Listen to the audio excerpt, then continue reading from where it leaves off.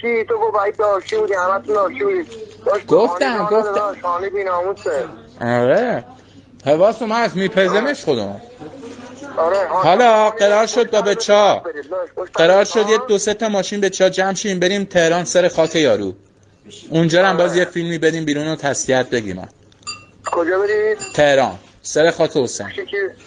آفرین. آره گفتم بریم این کارم بکنیم. چی تو نادرینا و بچه کرمانشاه نادر بیاورینا من با اوکیشون میکنم. آره با بچه شاب بریم با مصطفیان زیاد بشید. آره بیا اون خودت هماهنگ کن شماره هاشون من خودم دارم مال مصطفی رو زنگ میزنم بهشون میگم مال نادره ندارم. بریم سر خاک حسین بریم. آره جمشید برید این چی هم جمشید برید داداش. باشه داداش خیالت راحت. تا اونجایی که عدس ما بیاد کوتاهی نمی‌کنیم داداش خیالت راحت. من نوکرتم تاج سری عزیزی نوکرت. این خوبه این کار خوبه.